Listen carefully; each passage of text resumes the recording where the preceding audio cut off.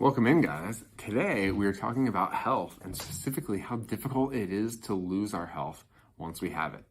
So I think one thing a lot of people struggle with is feeling that there are interruptions that take us off track from our gym routine or our diet routine, and we feel like that is a huge detriment to our health.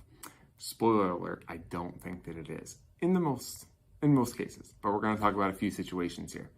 We're going to use an analogy to explain this too of a bank account, specifically a savings account, which we all have. So if we talk about a savings account, the way we build it up is by making smaller regular deposits. And the way we measure the health or the success of our savings account is how much money is in it. When it comes to our physical health, we can do the same thing. The small regular deposits I'm making for my health are, I went for a walk today, I stretched today, I ate broccoli today. Those are moving me in the direction of health. And the way that I measure the success of my health, or I measure my health, is through some of these markers that you're familiar with, like blood pressure and cholesterol. And then even things in the gym, like your mile time and your back squat.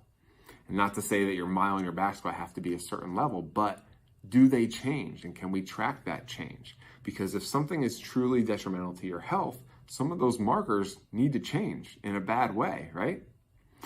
So getting back to the savings account, I bet most of us have a regular deposit that goes into that savings account every month or week or whatever works for you. Now, we've probably all had moments where maybe we have to go in and cancel that transfer for that month. Something came up and we need that money. Or maybe we just don't deposit the full amount for that month.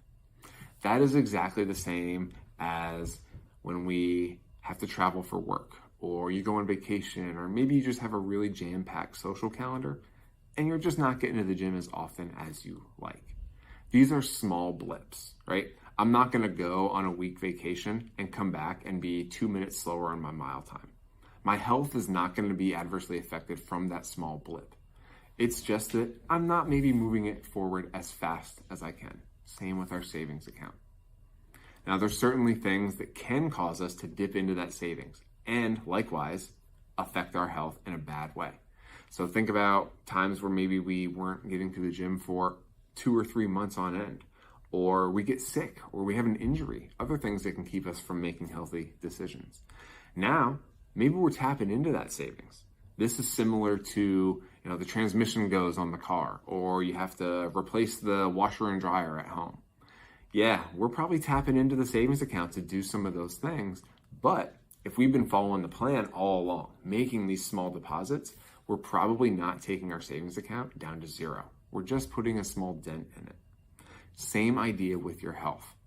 And that's kind of the idea. Can we build up this buffer so when I have a week that I can't get to the gym, or when I do get sick or have an injury, that it doesn't take me all the way down to zero, it just slows me down a little bit. And then as soon as I'm able, I'm back to building up that health savings account again.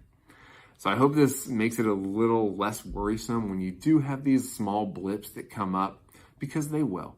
The inevitable is always going to happen, and we are not intended to be perfect all the time. But if we are making the right decisions most of the time, we're making regular deposits for our health, you are going to be moving the right direction, and you're going to be able to withstand some of these small distractions or interruptions that do happen.